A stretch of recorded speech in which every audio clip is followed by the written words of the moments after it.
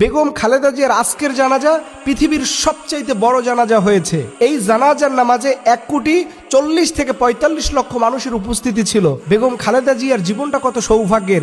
আজকে ওনার জানাজার নামাজের খাটিয়া মিজানুর রহমান আজহারীর কাঁধে পর্যন্ত উঠেছে। আল্লামা মামুনুল হক তার কাঁধে নিয়েছেন। গোটা বাংলাদেশের মানুষ তার জন্য দোয়া করতেছে। আমি আরো অবাক হলাম যে জনাব তারেক রহমান সাহেব তার আম্মার জন্য নিজে কোরআন তেলাওয়াত করতেছেন।